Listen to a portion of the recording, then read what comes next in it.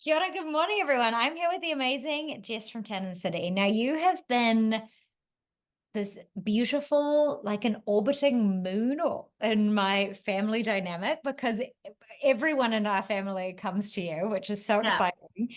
And I see you at these amazing networking events, and it wasn't until we finally had like an awesome conversation recently because we finally got without a million other people around to kind of learn a little bit about your journey with Tan in the City. So, welcome to my show and thank you for Yeah. joining me for starters. And I guess the best place to start would probably be why tanning? How did we end up tanning? Yeah, well, I mean, I sometimes wonder the same thing. Like I think about the career that I gave myself, and that is basically seeing people naked all day, every day. Um, and I sometimes wonder how I ended up ridiculously passionate about something like spray tanning. And Yes. then it all kind of came around a full circle in my head, and I realized why. So a little bit offline from what question you asked, but why I love what I do and I still do it is that because I always wanted to help people.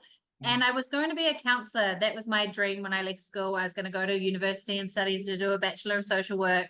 And I ended up not getting into university. So my whole world collapsed and I just went on a different path. But I realized that I actually am a little counselor now. I just so happen to see my clients for 10 minutes and naked, right? Great. It's great. In their most And vulnerable sharing state, I would yeah, imagine. yeah, yeah. So I realized like, that's why I still love what I do and I still do it because for me, I'm helping women and I'm empowering people. So it's not just women we see, but I'm empowering people to love the skin they're in. But Yeah. how it started was so just why not pick something out of a hat and Yeah. decide that's what I'm going to do basically. So I've got a twin sister and a younger sister, and they're both in the beauty business. Randomly, my family is so not like a beauty family. We grew up on a boat. My mum doesn't, my mum would never get a tan. We did, like not a flashy lifestyle at all. But so my twin sister's a hairdresser. My little sister's a beauty therapist, and they both set up little businesses from home. And I was in sales and in the corporate world. And it did take me a long time to get pregnant with my daughter. So I didn't I just kept doing that. But they set up these businesses from home to dabble and like home salon stuff. And when I finally got pregnant, I was like, oh my God, what am I going to do? I knew I didn't want to go back to work in 6 months because I had taken so long to even get to where I was with having my daughter. And then I loved getting spray tans from my younger sister. So I thought I saw a gap in the market for mobile tanning, and I actually set up Tan in the City, and the tagline was bringing fabulousness to you. But Right. I had a home that I could have a little room in, and it just so happened that that's what I started doing. I was really good at it. Nobody actually wanted me to go and travel to them, so it ended up being a home salon. And that's where it all started, out of the pure like, what can I do from home to make money so I can be a stay-at-home mum with my daughter who has taken me 7 years to get, you know? Yeah. I feel like that's such a so many questions off the back of that. Yeah. Yeah. Were you happy in the corporate job? It's like, I guess it's an assumption that I would make that now that you're in a more creative field, that Yeah. you despise the formality. Yeah. So But I always said to myself and queried like I don't have a career. I can sell ice to Eskimos. So I flipped and flopped between like multiple different sales roles. I've sold bed, I've sold eyewear, I've sold graphic display systems, I've sold finance. So I didn't have a career, and that's because the only thing I actually really wanted to do was be a mum. So I just had these jobs and I just so happened to be good at them. And yeah, and the funny thing is that becoming a mum gave me my career. Like I've never actually said that out loud too either before, by the way. That actually is quite funny. Yeah. what's not funny, it's what is funny, but it's beautiful. And Yeah. the irony of like, I think what we're taught to believe, which is that you can have a career until you become a mom and then good fucking luck. Like it kind of Yeah. like No. feels like more what I'm told. Yeah. And so Yeah. So no, I becoming love that. I think that's a beautiful, yeah. Yeah. So wow, that's I literally just, as I said, like picked something out of a hat, and it just so happened to be that. And now I love what I do, and I've been able to grow it through my daughter. like as my daughter grows. So, I went full retail essentially when she went to school. So I got the 5 years to just build up the business and really trust in myself and believe the process that it was all going to work. And I just decided I'm not going back to corporate. I got my job stopper hand tattoo to prove it to myself. Yeah, good. There you go. My God, Corinne, you'll never work in a bank. Isn't that what they used to Yeah, say with people who had showing tattoos? yeah, Yeah, like yeah, that's fine. Thank you. yeah, yeah, That's yeah, okay. yeah, Um, you can speak as much or little to this as you like, but I do know that there's a lot of people who listen to this podcast who and just because I had spoken about miscarriage, kind of follow this journey because it opened up a bit of a wound of struggles with fertility and struggles with also maybe not wanting children and just kind of in that space. Do you mind speaking a little bit to that kind of 7-year journey that you speak of? Were you in fertility treatment or was it yeah. just not No, happening? I was diagnosed infertile essentially. Yeah, yeah, Oh, wow. yeah. But no, Yeah. I gave up Sorry. hope. No, it's fine. I never gave up hope, and now my daughter is Hope. Her name is Hope. Yeah, yeah, Yeah. Thank you for sharing that because I think I appreciate you being honest about that journey, that it was something that you wanted and you were told no and you kept at it, because I do think it can become such an overwhelming thing yeah. for people who My are one bit of struggling. advice And there's a lot now. of them out. Yeah. So now that I'm over that little remembering of all that pain, I was diagnosed infertile probably 5 years before I did IVF. And so and just when we found that out, I wasn't ready to hear that. So I did the clomiphene, I did the IUIs, but now I would just be like, take me to the IVF, baby, like just that is essentially what got us there. So I could have saved myself a few years of pain. Yeah. Mm.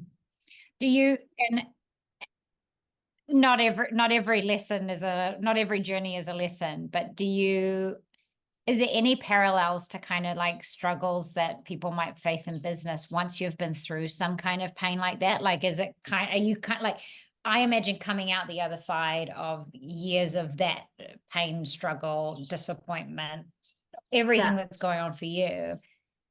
Was there any learnings from that have helped you then in business? Because I think it's cool that women go through a lot, and actually a lot of those skills then when they apply or they're feeling pressure from different things, they've actually gone through harder or gone through worse. So they actually have a bit more confidence to kind of propel them in this business space. I've experienced. I wondered Yeah. if that was, without me putting words in Yeah. your mouth, Well, is that kind of a bit. yeah, I guess one of my biggest things, and it can go through business or personal life, and I've even got it tattooed on me now, is what's meant for me won't go past me. And the divine timing of what happened when I got actually pregnant was that we were moving into a house that we finally owned and we're going to live in rather than flatting. And so just a whole bunch of stuff became apparent about there is like a divine timing that the universe has for us that you just have to trust. But also, the good old cliche, no time's the right time, but you just have to, perseverance. I am the queen of perseverance and persistence. So when I was in my sales roles, oh, how did you get that client? Or, blah, blah, blah. I was persistent as if, like I called on them every week, regardless of what the outcome was. So I could have given up this dream, tan in the city, many times, but you have to have that inside yourself, I think, as a personality trait to like have failure is not an option, or I'm going to go against the grain, or I'm going to keep doing this because I believe in what I want to do. Yeah. Yeah. This is the perfect segue that you've brought me to. Opening your Christchurch branch, which Ah, just amazes me because I feel like against the odds, you opened a place because hadn't you even not seen the location, or like something was interesting about that growth to Christchurch that didn't you do it on a weekend or something Yeah, bizarre? like I literally went down 1 week to view a couple of locations. It was a circumstance that arose where a beauty brand down there actually went out of business through pretty unfortunate circumstances, not through not being a good business in terms of doing the numbers and having a clientele base, but just it went awry for other things. So I saw an opportunity. I knew that I had to strike while the iron was hot, as they say. So I literally went down, met the landlord, saw the shops, picked one of them, rehired the staff, and we were open within kind of 7 days. Yeah. You needed Netflix to follow you because that's the kind of television everyone wants to see. I mean, I opened constantly on the eve of our second COVID lockdown. Like, I just don't see, like, if I want to do something, I mean, I've got a nickname and I don't know if it's podcast worthy, but, and it's terrible, but my nickname is Rip, Shit and Bust. Like, I have something, I see it, I go for it. Most of the time it pays off. Sometimes, like, Christchurch has been my biggest lesson to date. I already had to check my ego when I went down there and I was looking at 2 stores. Because as I said, a whole kind of chain went out. So I was like, oh, look at me, I can go in and I can go there and there. And I was looking at 2 and then I checked my ego. I decided on the one I wanted. But man, have I learned some lessons in the last 12 months. In every way, because not only has Christchurch tested me, the economy has put a different spin like I've never seen before on my Auckland businesses. Yeah, of course. Yeah. How do you stay above that? Because I do think, let's call a spade a spade. Well, you're rip, shit, and bust, and I'm like, I'll strangle it until I've got it, and we're kind of there is a general consensus of heaviness at the moment and stress as well. So do you have any advice or tips for other women or anyone who is kind of in business at the moment or running their own businesses who feels that noose? Let it motivate you to find the gaps in what you could be doing better, or using everything that you've got currently in your own kitty to do more. So, like, for me, it's making use of my staff that are a little bit quieter than they should be. We just created a Tan in the City Christchurch separate page yesterday because I'm like, you know what, you guys need to be doing before and after, because they do beauty treatments down there. So I'm like, you go and look at any other brow salon and they're showing you every single client's lash lift, brow lamb. I'm like, where are ours? So you've got time, non-negotiable. This is what you're doing today. Rein in what you can, but yeah, like, I think I've been really blessed that a spray tan is like the lipstick. I don't know if they call it the lipstick effect, the lipstick equation. When it comes to a recession, lipstick sales never go down because women always want to feel good. And I say women, but I mean women and men, because we do still have quite a few men clients that come in and they're like, oh, I just felt so shit. I just wanted some color. We can have a spray tan or a counseling session in 10 minutes for under $50 and actually feel amazing. Like, I was going to do a little reel today about, I wasn't depressed yesterday. I just wasn't brown. Like, I've got my tan on today. I've got my legs out.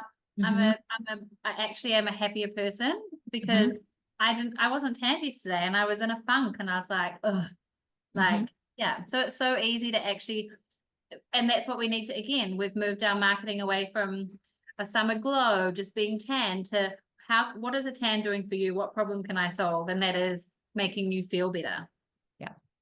Yeah.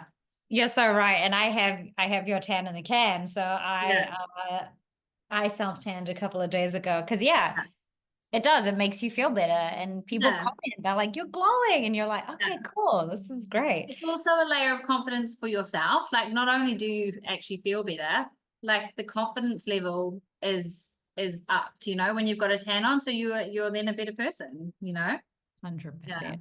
So with you on that. Yeah. I lost my train of thought slightly, but there was something very pressing that I was like, that's it. So if you're rip, shit, and bust, and have you ever heard of the concept of like masculine and feminine energy? Yeah. So something everyone listening to this podcast is like, she needs to drop this, but it's so challenging for me. I live in my masculine, which is the doing, the creating, Yeah. the being, and you've met, my sister, my mother. We Yeah. are doers, go-getters, fighters. And a Yeah. lot of our identity relies on people acknowledging that we are hard workers, like that is what Yeah. it's our drug of choice. Yum, yum, yum. Tell me how busy I am. Yeah. This Yeah. feels great. Yeah. The opposite of that, the feminine energy, the ability to rest and digest, to relax and receive, not great. Yeah. And what it does, it means that we're kind of prone to burnout, fatigue, all of that kind of stuff. Am I telling you a truth about yourself, or have you managed to kind of balance that? No, 100% you're telling me the truth. Like, I hate dawdlers. I don't day nap. I would, like I find it very hard to go, oh, let's do nothing today. Like that's a challenge for me. But my current partner who I like is so my person, is so the opposite of me, and he's my yin to my yang, and he has really, like anyone who talks about Jeremy for me, they're like, oh, you've really calmed her down, or she's so like, like you've done so good for her. Yeah, yeah. Like I was a problem. But also, I mean, that whole masculine energy followed me through in the way I was terribly dating before what I'm dating now as well, so it's not always it is a great business acumen to have, because as you say, we're go-getters. And I mean, I watch the burnout levels that I've had come through my salon burnout, I'm still here 12 years later. I've done those same shifts and worked like that. So you just take it on the chin and you keep going. And yeah, so is it a good thing? Is it a bad thing? Well, I found my yin to my yang, and it's helped me balance my personal life to stay in, I guess, that mode for work. Yeah, and again, I'm not in any way knocking. It's one of my favorite things about me and about you and about my sister and anyone that go-getter energy, and I respect it and I love it. Yeah. But you're right. I think it does sometimes take another person to interject to allow that permission to rest. Like I can't even sit on the couch and watch TV without feeling guilty of the things I should and could be doing. Yeah. And then I get myself into that fatigue kind of like borderline burnout stage where I'm actually not being as productive as I should be. So it's something that I'm working on. Well, I realize I thrive on chaos. Like if you talk about Christchurch, and I look at the COVID and opening Ponsonby, I renovated Ponsonby last year as well. Like I actually, like the things I choose to do to myself or to add into my life is actually nuts. Like just whoa, so like just enjoy where I'm at for a while. No, that's not me. But it is now. Like as I said, the lessons I've learned this year, and how hard things can get, and potentially what I thought was a good place to be at and gave me a buffer to do the things I've done. I've learned that maybe that's not a big enough buffer to have, because holy hell, you do not know what is around the corner, So true. Yeah. How do you I know, because I feel like a lot of people will be curious. Is there anything that you've learned that would be a helpful tip, trick, or tool for women who are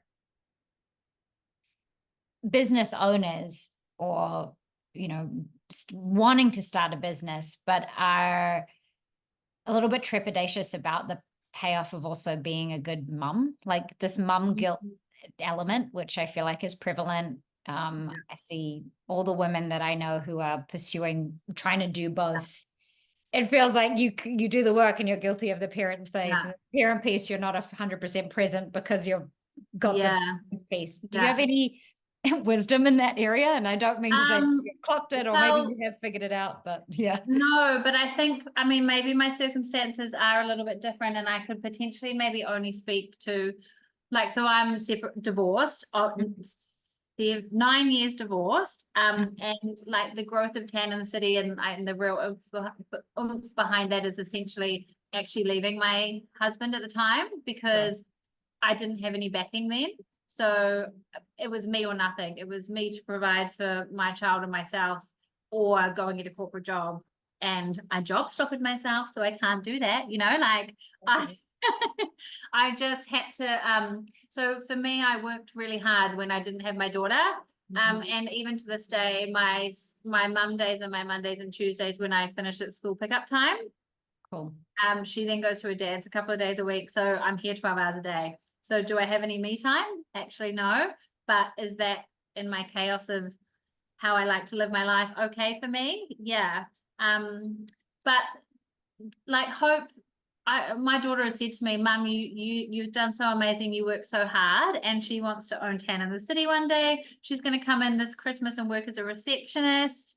Like, she's like, Mum, can I please come work for you as a receptionist? And I'm teaching her the booking system and how to answer the phone. She's 11. She'll be 12 at Christmas. Perfect.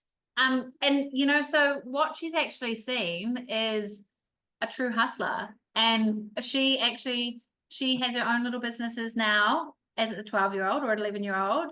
And so you don't have to hide anything from your children. You don't actually have to make it seem like there's nothing else in the world to do other than them, because they actually just learn something from it.